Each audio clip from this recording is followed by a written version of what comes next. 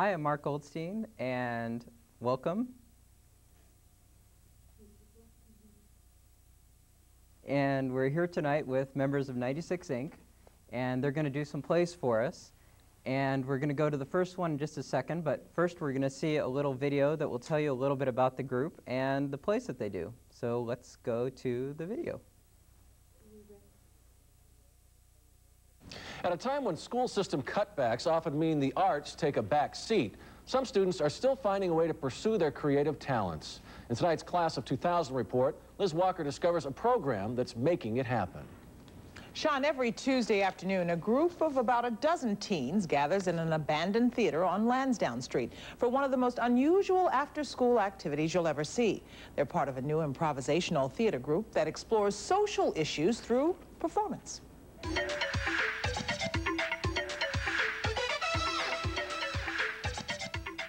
It is a relatively small percentage of us who understands what the world is like with only a park bench for a bed and a little food to eat. Perhaps you think it couldn't happen to you. It's just 4 days to showtime. Welcome to the rehearsal for the Theater of Homelessness, a series of 6 vignettes performed by inner-city teens from Boston, Cambridge, and Somerville. I need to tell you what it's like to sleep on a park bench. Many of the plays these kids perform are a direct result of their own life stories. Who better to portray life on the streets than teenagers who have actually been homeless or spent some of their lives in a shelter? Their life experiences bring true grit and instant wisdom into this arena. I'm looking for the right path. It is hard to find. I'm swaying, swaying, swaying. I find direction and lose it. But homelessness is not always a literal term on this stage. In the vignette entitled Swaying, it's a metaphor as a woman tries to find herself. She is only an adolescent. She's supposed to do what adolescents do. A job selling movie tickets might be the ticket. The audiences, like, they participate, so they get more involved, and I've noticed that there's generally like a much more enthusiastic response from the audience. They get much more into it. And the teens really get into it too. Many are aspiring actors, singers, public speakers. But regardless of their goals, everyone comes away with a valuable lesson in self-confidence. I'm just more open, you know. That's how it changed me. I'm just more open now. Now, all the group's productions are written, produced, and directed by local playwright Vera Gold. Her company, 96 Incorporated, does acting workshops for teens all over the city to help integrate the arts into the community. If you'd like to learn more about 96 Inc. and its upcoming events, you can call this number, 617-267-0543. Again, 267-0543. Sean in Virginia? Well, thank you, Liz. So we're back here live, obviously, with Vera Gold in the studio, and Vera is the co-director of 96 Inc. And Vera, they told us a little bit about 96 Inc. on the video that we just saw, but I know 96 Inc. does a lot more than just the plays, and I know that there's all different kinds of people who participate. Can you tell us just a little bit about that? Yes, the video referred to homelessness, and that actually was our theme for a couple of years. And we do work with kids often in shelters, and we work at Bridge Over Troubled Waters, but we work at the Lansdowne Street Playhouse with students from all over. And that's what, so that somehow the subject of homelessness got mixed up with our actual existence. And most of us have homes. And in those homes, we do a lot of different work. I'm also the president of 96 Inc., the founding president. Became a nonprofit organization in 1992. And we have, even before it became an organization, worked a lot with young people, but also provided support to writers and actors. And we have done many collaborations. The plays really were designed to bring all artists together and to integrate young people with the established artist, and to reinvent theater, really. And I know you've done that quite well, because I've actually participated in the group before, and there's a lot of other people in Somerville who have participated. And tonight we actually are fortunate enough to have some people from Somerville participating in the plays. And the first of those is Kat Dunn, who a lot of people will recognize from watching SCAT. And so Kat's starring in this first play that we have tonight, which is called Helping. So let's take a look at the play. I'm helping, helping, helping. I'm helping. Help me! Help me! That is not much help. She gave me 5 pennies. It was an effort. Closer to insult. Help me! Let us try to understand what this young woman is doing. My name is Star, spelled S-T-A-R-R-E. Pronounced star as those bright things in the sky. Twinkle, twinkle. I am helping. I'm helping. I'm helping. I'm giving all my money away. Help me! She doesn't seem to have enough money to help anyone. I refuse to accept pennies. I'll take the quarters. I can't believe anyone would make such a big deal out of pennies. Those pennies could possibly have a great personal significance. I'm helping, helping, helping, helping. Help me! I am. I'm helping all of you. I'm giving you all my money. I'm helping, helping, helping. Why are you helping? She thinks she is. She says she is. I suppose she is, but it's such a little help, really. She is possibly doing something else. What are you talking about? Yes, she says she is helping. It is a little help. I could buy some sucking candy. I'm helping, helping, helping. I'm helping. I want to give you all I have, and that's why I packed up all my money and came along tonight. Everybody can do something, I thought, so I thought I would help. That's it. I'm helping. Do you have any money left? Help me. Help me. Help me. Help me. That's all I have. You can take it all. I'm helping, helping, helping. I was rich and now I'm poor. I absolutely have no more. But I've spent my life helping. You sound pleased with yourself. That's the trend these days. What? Congratulating oneself. She was possibly talking about a spiritual awakening. Sounds like you're helping too. Putting a spin on it. Doing what she's doing, making it more than it is. I'm helping, helping, helping. I've had despair in my life. I've seen misery in the world. I've seen pain and cruelty. I've lived with greed. We've seen a lot more than you have. Not all of us. Most of us have. She thinks she's wise. Perhaps she is. There is no equal distribution of pain. I give you all that I have so that I can divest myself of greed. I'm helping, helping, helping. I'm even helping myself. If each penny in this bag had been $1,000 bill, I would have given you that as well. I gave you all the tips that I've gotten from my job in the coffee shop. I'm helping, helping, helping. We heard. She must have had a lousy job. Didn't pay very well. This must be a joke. She has given us her earnings. That is noble. She's helping, right? A coffee shop is not a great place for a star. That is her name. I got that. The star is not a star. I think she shines. I'm helping, helping, helping. Give us more! I'm helping, helping, helping. I gave you all I had. Didn't have to. I wanted to. I wanted to give it all away. I wanted to be a helper, helping. I've experienced grief and sadness. I wanted for things I couldn't have. I've used my imagination at times to collect things I didn't need. I wanted to use my imagination to build a better world for all of us. I wanted you to be happy. I wanted you to suffer less. I've experienced great sadness, and that's why I'm helping. Stop helping! I must help. I'm helping, helping, helping. Give us more then if you must help. Sometimes I imagined what I would look like in a new dress, bought with the change I just gave you. Some days the dress would be blue, some days green, and sometimes it would be a bright red. I found the money was distracting me. I spent it in so many different ways. The best thing I ever imagined was the feeling I might have if I gave it to you. I wanted to help. I'm helping, helping, helping. Maybe we don't need your help. I do. I would like some more money.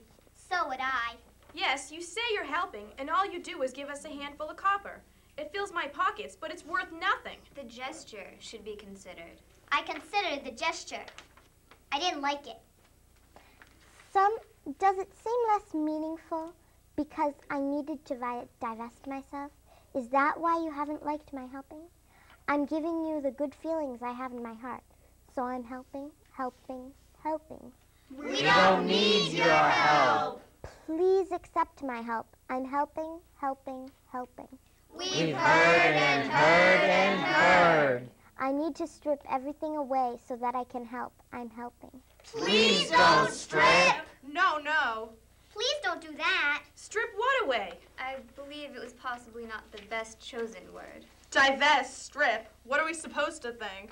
She is not only giving us hard-earned money, but she's giving kindness. Stripping is not always the removal of clothing.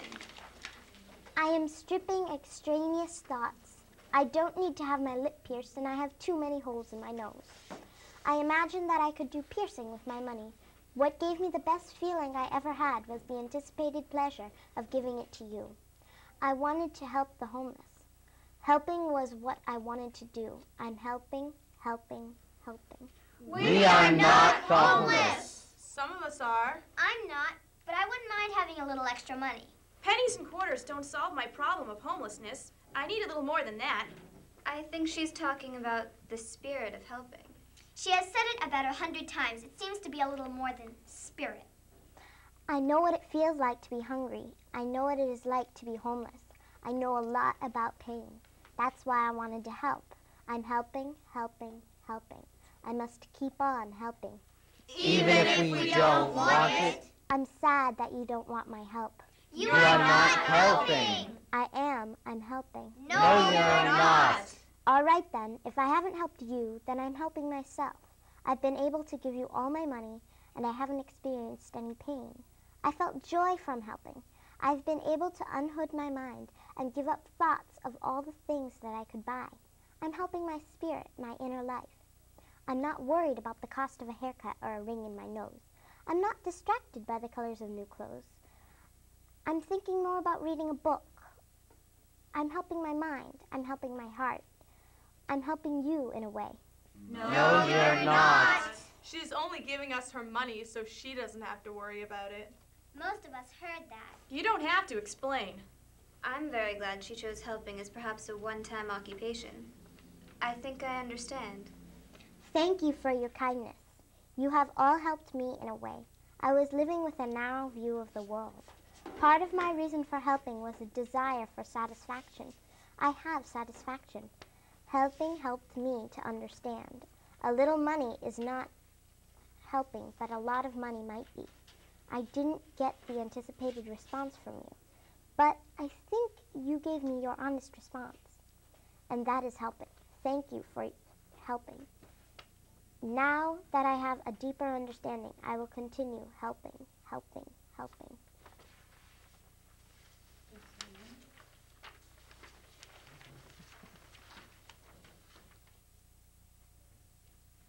That was very inspiring. Yes, she's wonderful. What inspired you to write these plays, Vera? What was the purpose that you had in mind? Well, for a lot of the students I was working with, and the plays are always being defined, and they're a lot about process.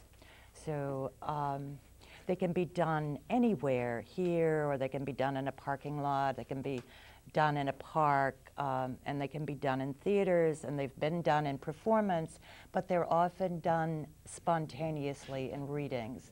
And they're written to give the central voice a place of power in the world. And a lot like life, I think, that a lot of people are arguing and oppositional, but occasionally, in this case, a singular positive voice is there. So, so to give, you know, to persevere and to go on, and you will find that voice, that helpful person. They seem to bring up a lot in your head about process, the process of life. And I've heard you talk about a lot the process of acting and writing. Yes.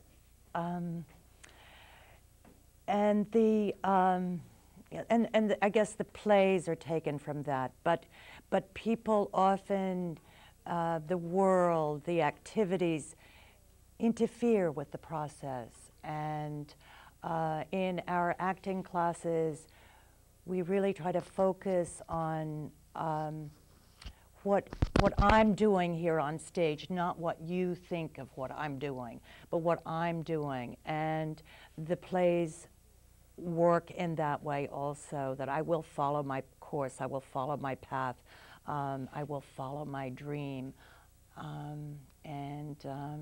That's my process without a lot of interference. And the process is very important. That's where the joy is in working, I think, in all things. It's not the end result or the completion, but the fact that it's always ongoing.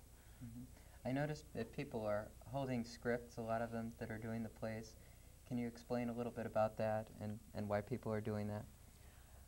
Well, they can be, a couple of times people have rehearsed them and learned the lines, but most of our students are in school and have busy schedules, and the plays reach out to everyone, and everyone can have a script and be a part of it. So, and a lot of the students, you know, have all of their schoolwork, so they don't have time to rehearse it a lot, as we didn't tonight. And I was really very inspired by what Kat did with the play. I thought she was tremendous, and the others also. Yes, and there's a lot of participation that allows for too, isn't there? Because everyone can just come in and pick up a script and, that's right, and jump right in, which a lot of people have done tonight, I think, too. Yeah, and one year for first night we had over 200 people come in and pick up a script and be, you know, be a part of the play, and so they're designed in that way too, and so it's a community. It's a terrific experience when you can just come in and do that too. Yeah. Well, we don't want to sit here and talk. We want to see more of the plays, don't we? Yes. So, so we're going to go to another play now, and this one is called Gossiping.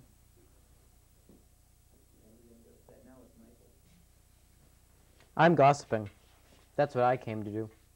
I'm gossiping. Let me tell you, did you know that the apple has a thin skin, but the skin of an orange is thick? An apple is dense in texture. An orange is soft with a bitter peel. I'm gossiping. He's talking apples and oranges. You lied to us. Betrayed us. There is nothing delicious in apples and oranges. Well, on the other hand, I suppose there could be.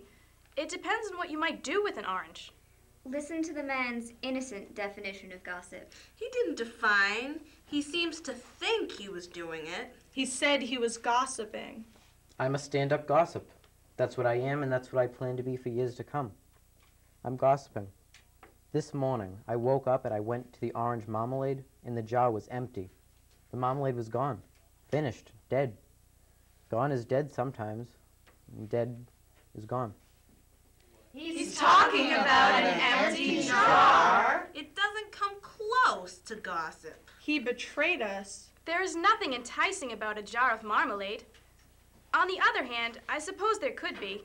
I wonder who and how the marmalade was eaten. Betrayal. Marmalade is dead and gone. Indeed. Marmalade is equal to any jam. I'm gossiping. My name is Pine.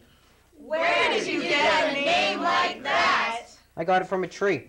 Parents wouldn't give children a name like that.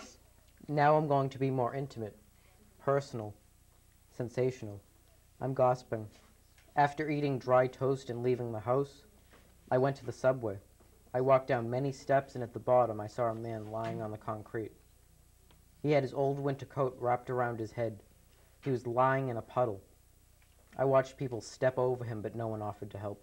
Tell us the end of that story. I really don't want to hear. I think it's about time to go. That could be the beginning of good gossip, but I truly doubt it. It's such a lame story.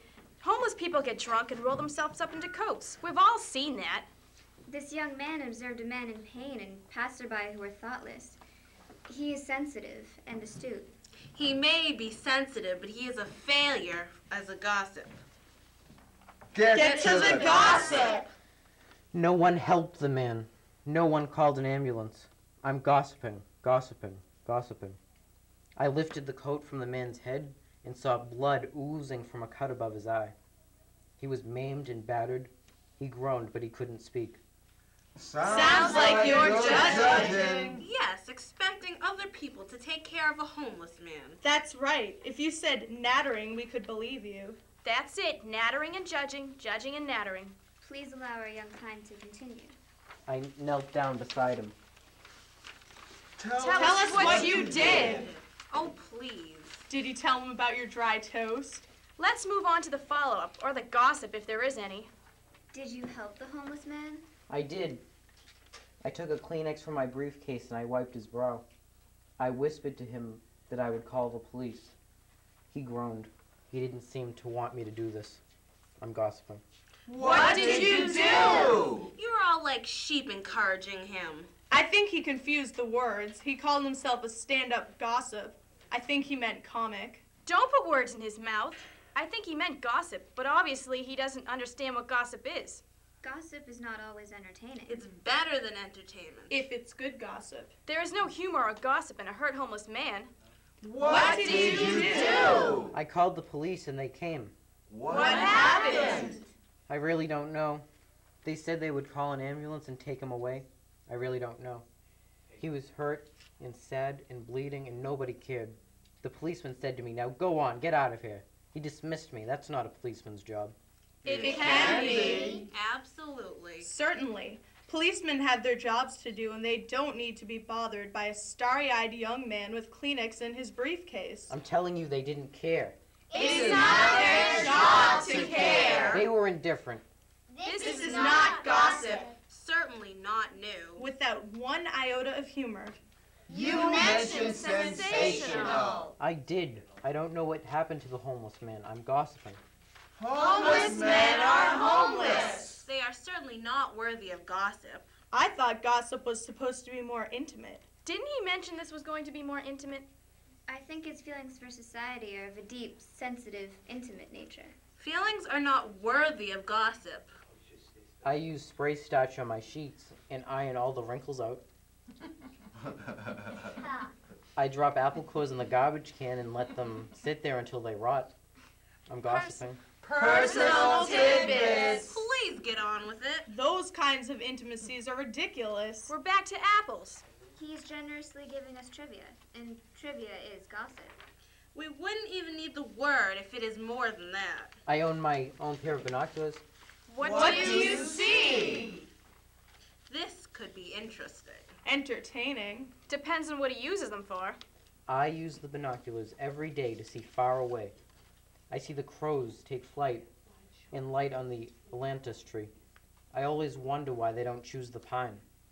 The pine is green with life all year, but they choose the leafless dead tree that winter has robbed of sap and life. It causes me sadness sometimes because they don't seem to like the pine. I'm gossiping. No, you're not. This is deep thought, personal.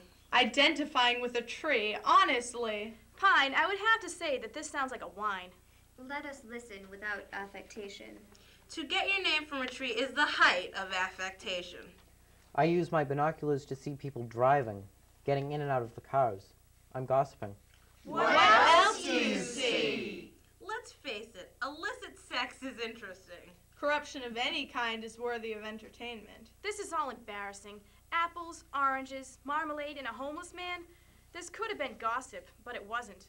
Well, perhaps it is yet to come. Please don't encourage young Pine. I use my binoculars to see inside windows.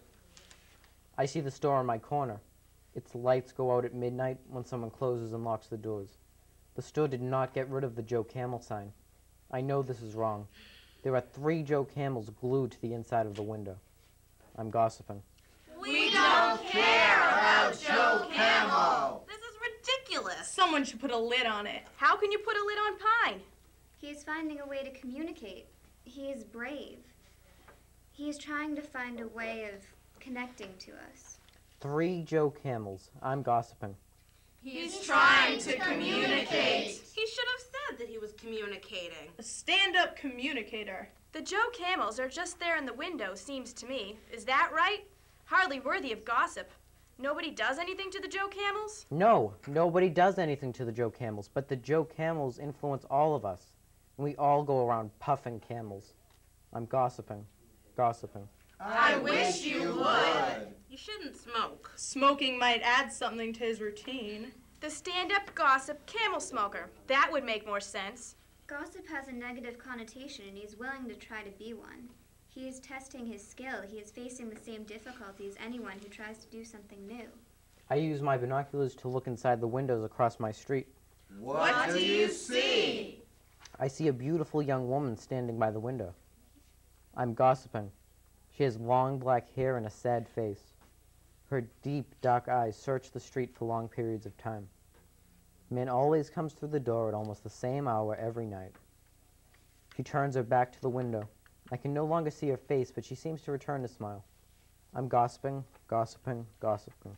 Tell us! This could be juicy. Doubtful. Depends. I'm gossiping. The man embraces her, he kisses her, he lets her go. He walks through another door and returns with a glass. He brings only one glass for himself. She glances back out the window. The man sits on the couch. He drinks and talks. He gestures with his hands. She listens. I'm gossiping. What happens next? Tell us. Do they ever stop talking? This has been an interesting waste of time. He has communicated. We have responded. This happens everywhere, every day. I'm not sure it does. Then they leave the room. I'm gossiping. What do you see? I don't see anything until they come back. The young woman seems sad again. She doesn't smile often. The man responds to her sadness. He kisses her. She begins to undress. They turn out the lights. That is all the gossip until it begins again. I have learned that I'm not a gossiper, hard as I try. I'll have to try something else next time. Joe,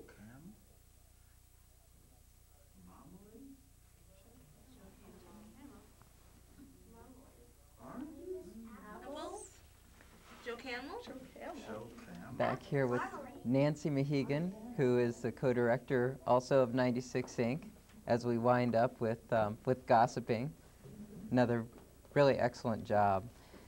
One thing that 96 Inc. does so well, from what I've seen, is being a participant in the group and going to events and that sort of thing, is really encourages people in the group. It's really encouraging for the participants and for the people who watch the plays, I think, too.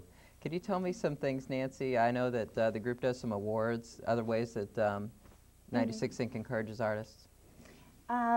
Sure. Well, in addition to the acting workshops that we've done for the past 4 years at the Playhouse,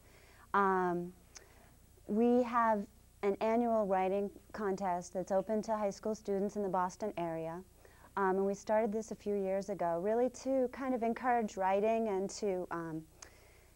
to listen to the concerns of young people. Mm-hmm. They help us design a theme every year. And in fact, some in the group here tonight are not only actors, but they're writers, so they're working on short stories and plays around this year's theme, which is windows and doors. What made you come up with that theme, windows and doors? Well, we actually get a lot of help and ideas and suggestions from young people, and this year a group of students at Bridge Over Troubled Waters in the South End came up with the idea, a little more abstract. In the past, we've focused, as Vera was mentioning earlier, on homelessness. The year before, we worked with loyalty and betrayal. So we'll see. This year, the plays have been coming in, and we're looking forward to sending them to a panel of readers and yeah. And you've done fiction awards also, haven't you? We've done fiction in the past, fiction and poetry. This year we're focusing on plays, playwriting. We get sort of fewer entries with the plays, but since we've been in residence at the Lansdowne Street Playhouse, starting in '95, we decided, because we work with that space, really to focus on playwriting and to have an opportunity to produce some of the plays, some of the winning plays,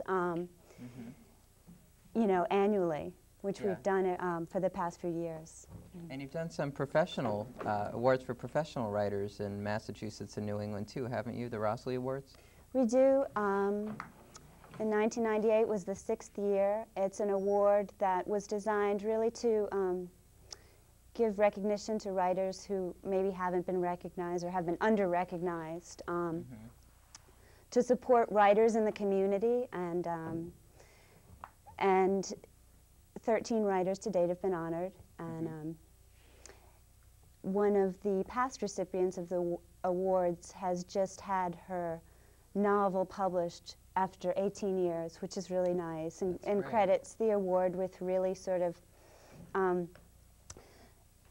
helping her along in the process. How about some of the teens who participated in the plays? Have people who have gotten awards and participated in the group gone on to go to school and study the arts more, or? They have. I mean, a lot, students go on to college, and at times the writing that they've done has helped them get into college or into writing programs. In part, we do it for its own sake, but it's also, I know they've gone on to, take it the next step and work on their writing more. I imagine it helps in other ways, too, outside of just the writing that they do and the acting. The contests and the workshops hopefully really help. We focus a lot, too, on public speaking and reading, skills that I think they can take on to jobs, careers. Well, we're about to go to a video now, right, about Community Arts and Awards Day. And can you tell us just really briefly about that? It's and then our we'll go annual to the tape? festival. We celebrate the winners of the playwriting contest. We have visual artists that display their work. We have an arts raffle and performances by students who are performing here this evening, monologues, short plays, some of the interactive plays, so everyone will have an opportunity to have a part. And it's May 25th this year, and looking forward to it. All right, people have to check that out. Right now we'll go to the video.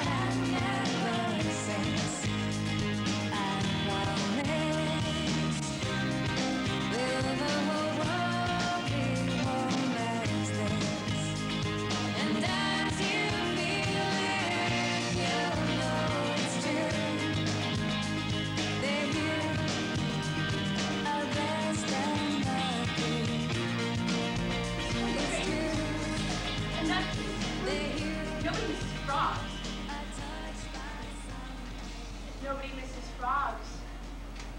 They do a lot. Grow up, she says. Grow up and get a job. Grow up and live in the real world. Don't go bothering me about frogs. I have to go to school before I get a job, I said. Well, you want to go to school? Go on, my father said. Go on, go to school.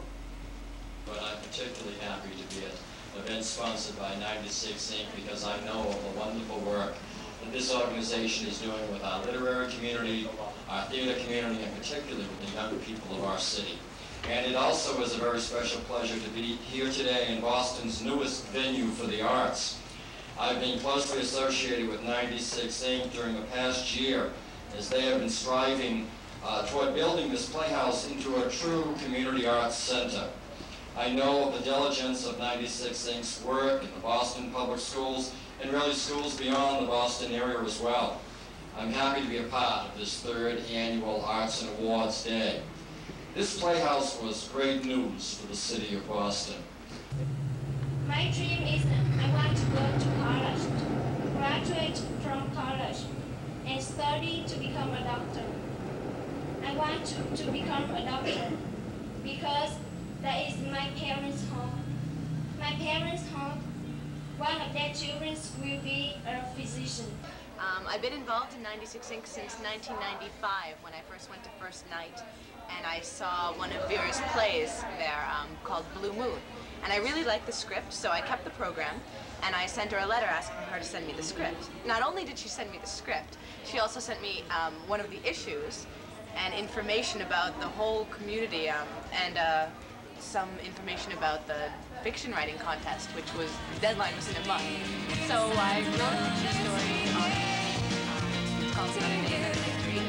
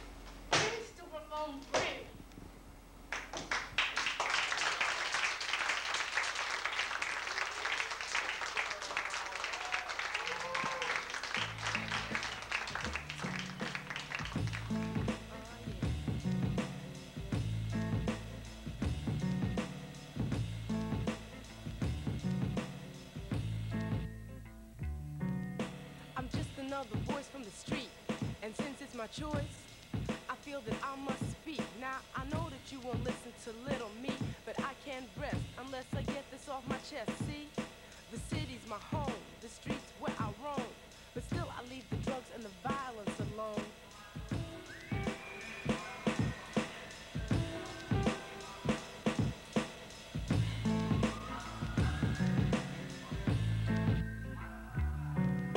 And so I try to stay in the right frame of mind, although I know some people who might say that I'm crazy and lazy for not breaking out. But the city has soul, and that's what I'm about.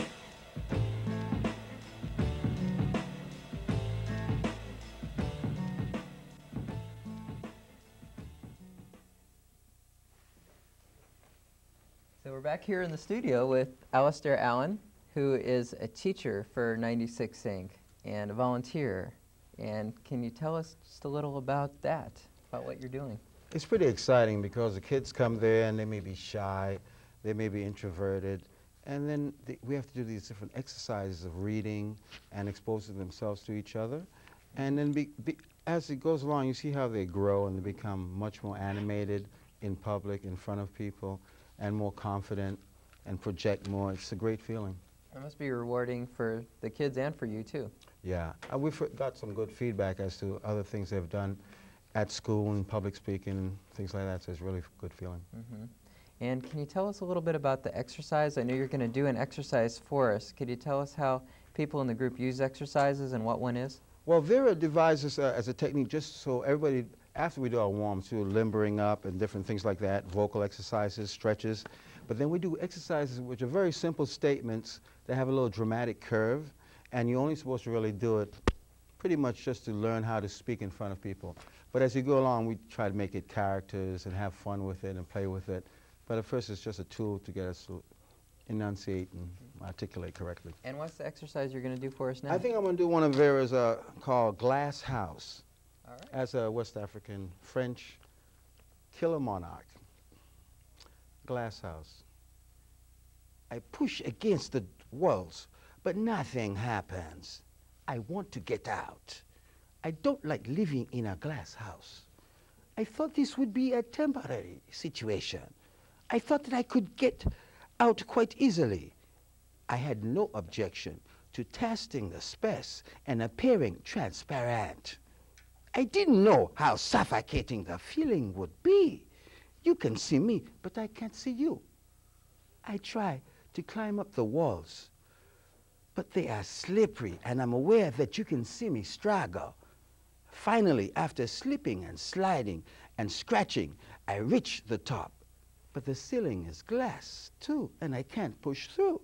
I think I have served my time here with distinction, and I would like to get out. Glass is hard and inflexible. I will try again to break through the wall or crack the top. The air is adequate here, but I have difficulty breathing. I want out. I want to get out. Help me get out. I want to help you. That was great. That was great. Thanks a lot.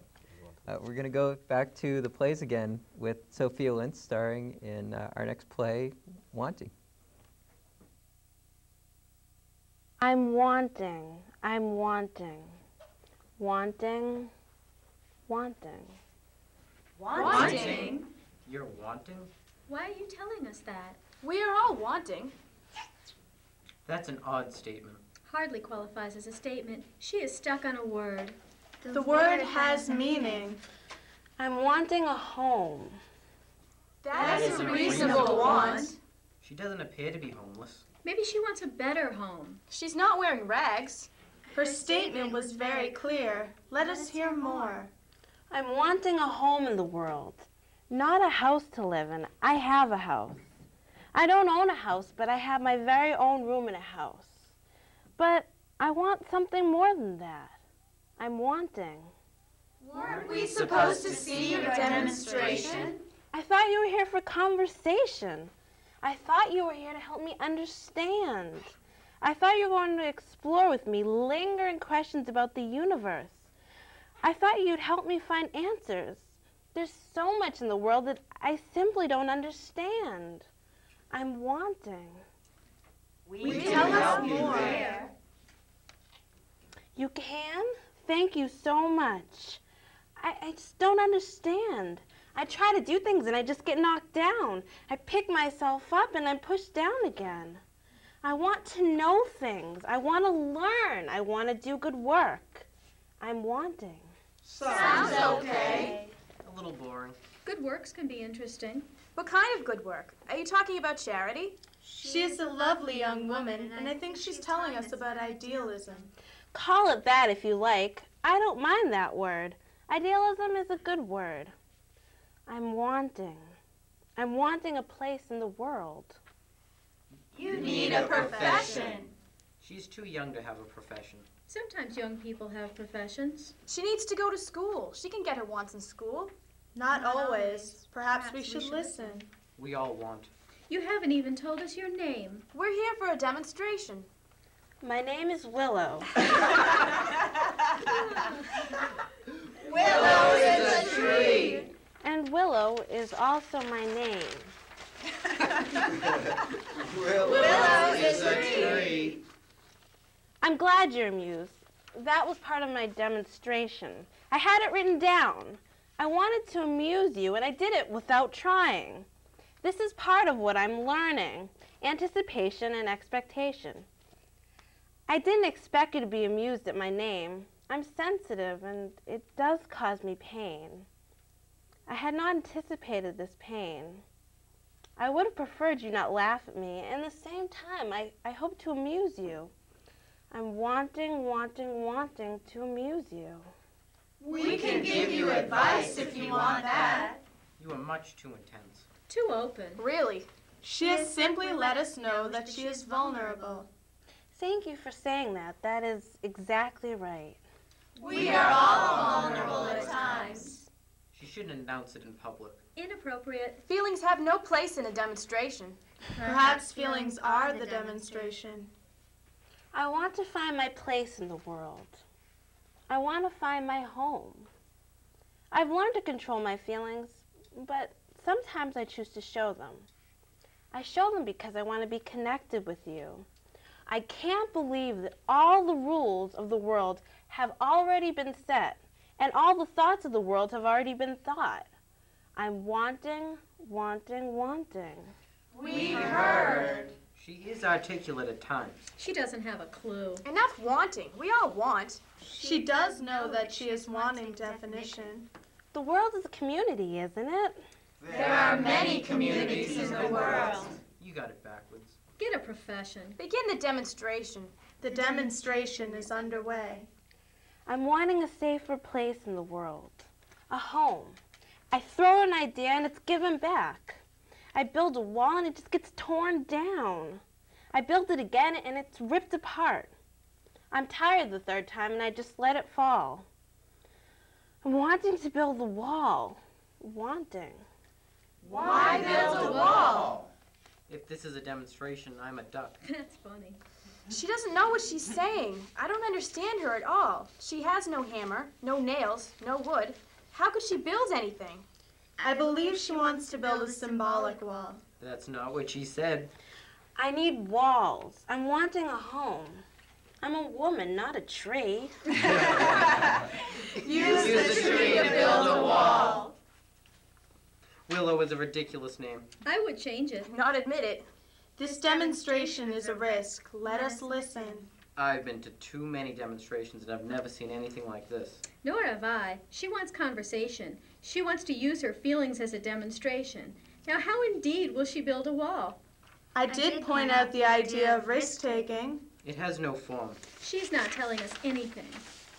I'm wanting to. I'm wanting you to be happy and amused, but at the same time, I'm wanting to explore issues. The spirit, it's formless, and the world is form. How do they fit together? I need to build a wall. I need to find a home. I'm wanting to understand. We advise you not to think about it. Get a profession. Carry on with the demonstration if that's what it is. Stop thinking walls. You don't need a wall. What kind of home are you looking for? Are you really looking for anything? Looking for attention. We could teach you a thing or two. Please do. I want to learn. I'm wanting. We are all wanting. All the time. We don't expect to get what we want. I wanted a demonstration. You've got a little growing up to do. I admire this young Willow. I'm wanting the words to tell you my new thoughts. I'm wanting to be part of this community. I'm wanting to learn to build a wall. I'm wanting, wanting, wanting. Sometimes I want too hard, but I'm wanting, wanting. We are all wanting. Is this demonstration finished? I'm wanting to go. You don't have to imitate Miss Willow. Grammatically, it is better to simply say, I want to go. The wall is simply in her mind. Of course it is. If you would listen, then you'd understand. She has explained the wall of the mind and the absence of it. I think I've made a connection. We're a community. I've been able to unabashedly showing you my flaws. You have sometimes laughed and sometimes grimaced, agreed and disagreed. Yet, you admit you are wanting too. Of course. We didn't have to listen to all of this to admit to that. That's right. I'm really confused about this demonstration. She is soon to reach a conclusion. What could that possibly be? What about the walls? Sometimes I build with air and thought. I'm not wanting you to see. The walls are not part of my demonstration. What are you talking about now? I'm talking about wanting walls. I don't always have the walls. When you first saw me, I did not have the walls. That was part of my demonstration. Now I have the walls, but you can't see. Isn't that fascinating? You can destroy something you can't see when you don't know it's there, but I will. I'm wanting, wanting, wanting. We're wanting. Wanting this to end. Wanting to go. Wanting for music, no more words. I'm not wanting for anything. This has been an amazing demonstration. Thank you indeed. I will go right on wanting. Wanting knowledge, wanting walls when I don't have them, wanting them when I do. Wanting a home that can accommodate form and formlessness. Wanting to learn, wanting to know, wanting to be a part of this community. Wanting, wanting, wanting, wanting, wanting, wanting. We're back here with Vera Gold, co-director of 96 Inc. Another really wonderful play by you. Oh, thank you. Thank you. Really great job by everybody. It was really nice. Yeah, they did a great job. So the theme, obviously, of those plays was homelessness, and that was the theme for a couple of years that we worked on. Mm-hmm. Well, I'm sure one question that people must be asking themselves is, where can I go to participate in one of these plays and see them performed live? Is there anything coming up where people can go and do that? Yes. Oh, I'm glad you asked. On May 25th, our annual Arts and Awards Community Arts Day will be at the Lansdowne Street Playhouse. And there will be several plays, Some of the students will perform their monologues. There'll be winning plays from the contest. There'll be music. There'll be food, and everybody's invited to come. And I know that you bake some very nice cookies and brownies that you can get at those plays, which has become one of the main attractions, right? Yes. Yes. And what plays are you going to perform at this upcoming one? One of the plays we've been working on at Bridge Over Troubled Waters is Laughing, and that's a new play that came from a need we all had for laughing. And also, once they design the theme, the students design the theme, I start working on plays that fit into the theme. And Laughing was the first one I did, and it became their favorite. So that's one of the plays. And then we're going to do a holdover from last year by a 9-year-old playwright. And we're going to do some of the monologues from this year, the winning plays. And I understand that you're going to play the lead right now in Laughing with some people from the chorus. Yes, I'm going to just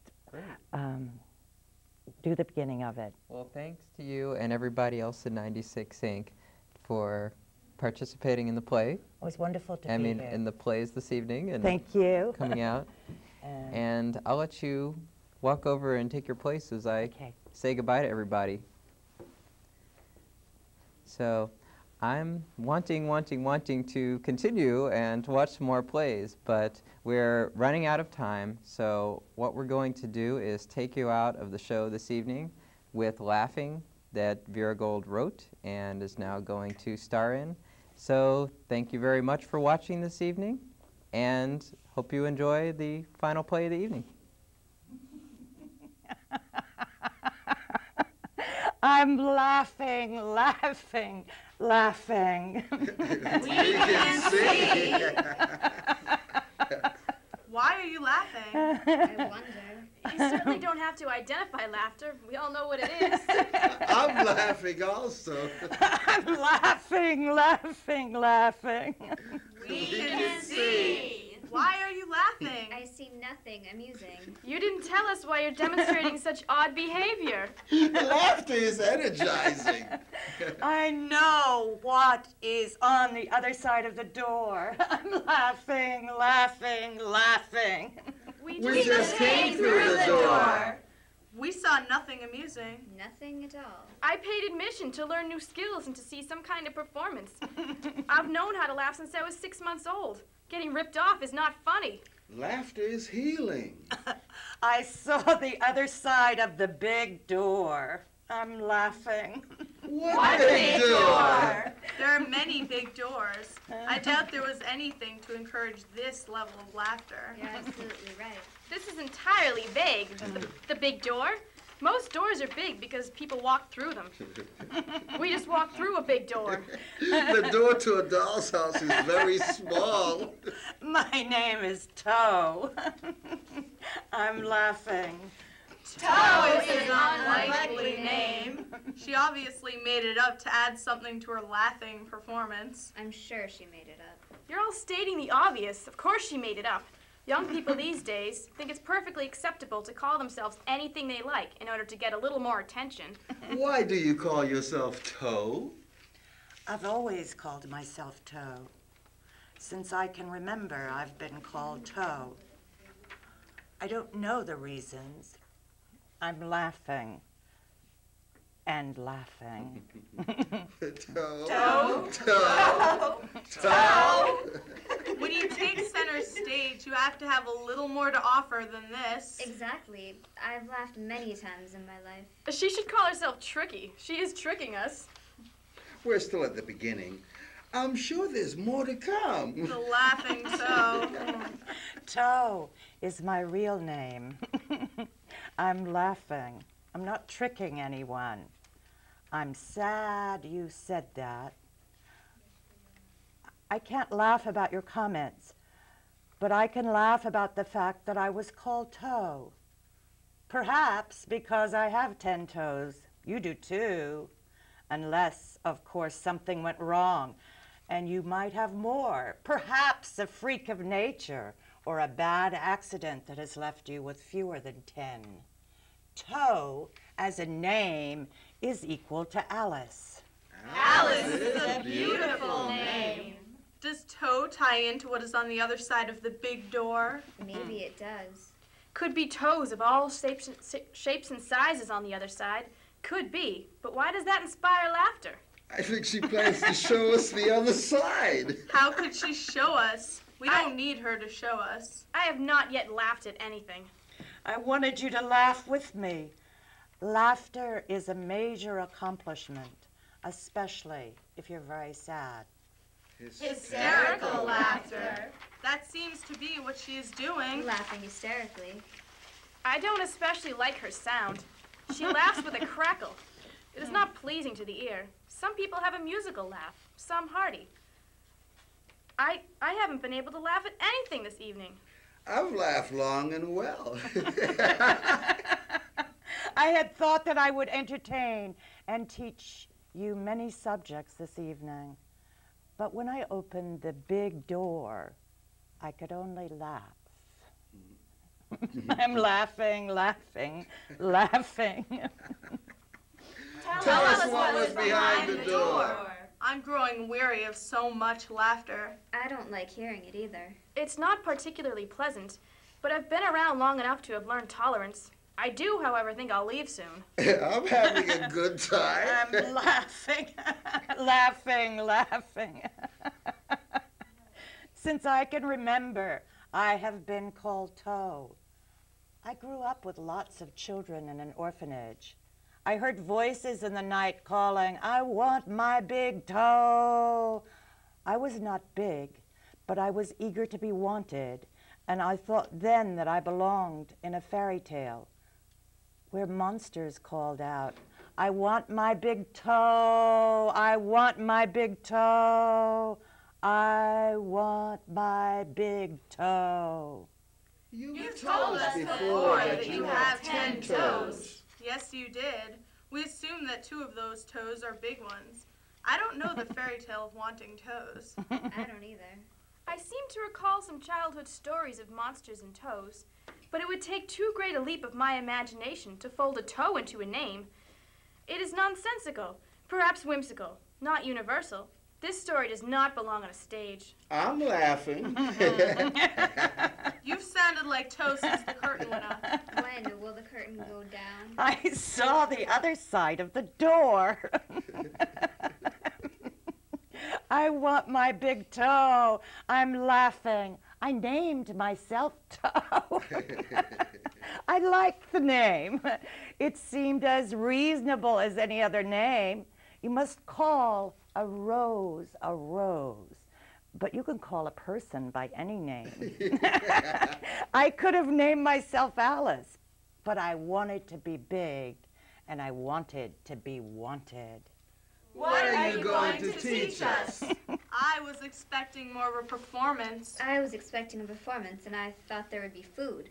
I would only say that I expected more than I'm getting. I'm happy with what I'm hearing and seeing. I'm laughing. I thought laughing, I'm laughing, laughing, laughing.